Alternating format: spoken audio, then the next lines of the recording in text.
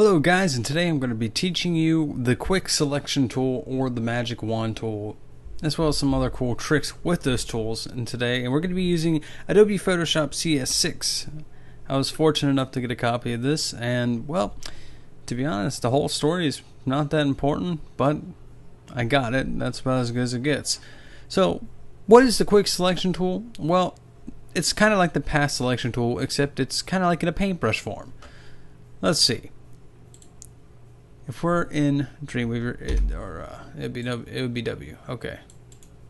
You have quick selection and magic wand. The magic wand is click and it selects it. Like so. So instead of using this, we're going to be using the quick selection. As you can see, it's a brush like that. So we'll just start painting around. We'll say we don't want it to select these leaves. So we'll use the subtraction, hold down the Alt key after you shrink your brush, of course, and align it where it doesn't touch the snow or the leaves. But as you can see, you can add by not holding Alt, and by holding Alt you add by holding Alt, but you subtract by... Wow, I'm sorry guys, I keep mixing that up. Don't hold Alt while using the brush to add, hold Alt to subtract. The Alt key is the magic power of confusion as anything else. So that's what it does. So what does this mean you can do? Much like the path selection, we'll create a new layer, set this to multiply, and we'll make this color red. You can spray paint my freaking walls. How you like that, apples? You see, it's very cool what you can do, because then once you go back, you deselect it, boom, right there. If you take the time and actually go through this, you can have that whole house wall completely colored back in. And since I added back a new layer, I can erase it. This also goes good for selecting objects to move them. So, for example, we'll increase the brush size here, and we'll select this angel. But you got to be careful, because if you have as much darks here, it can be a problem. Okay, so we add, very rough add.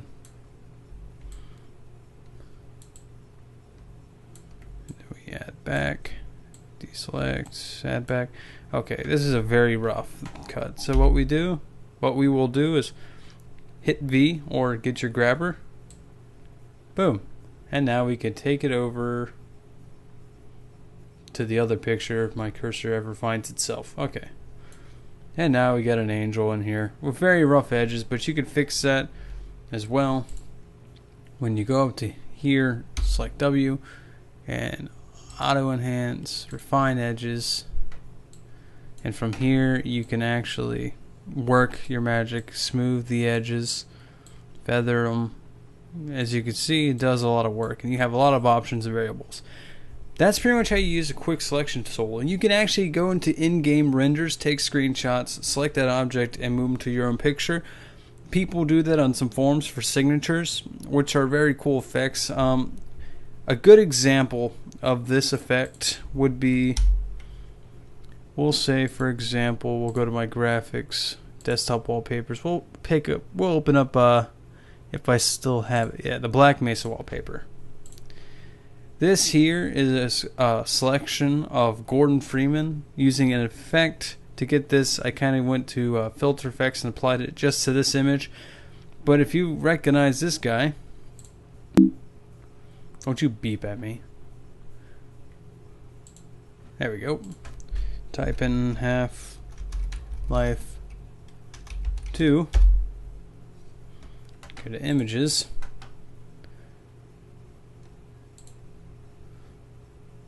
That's a selection of his body,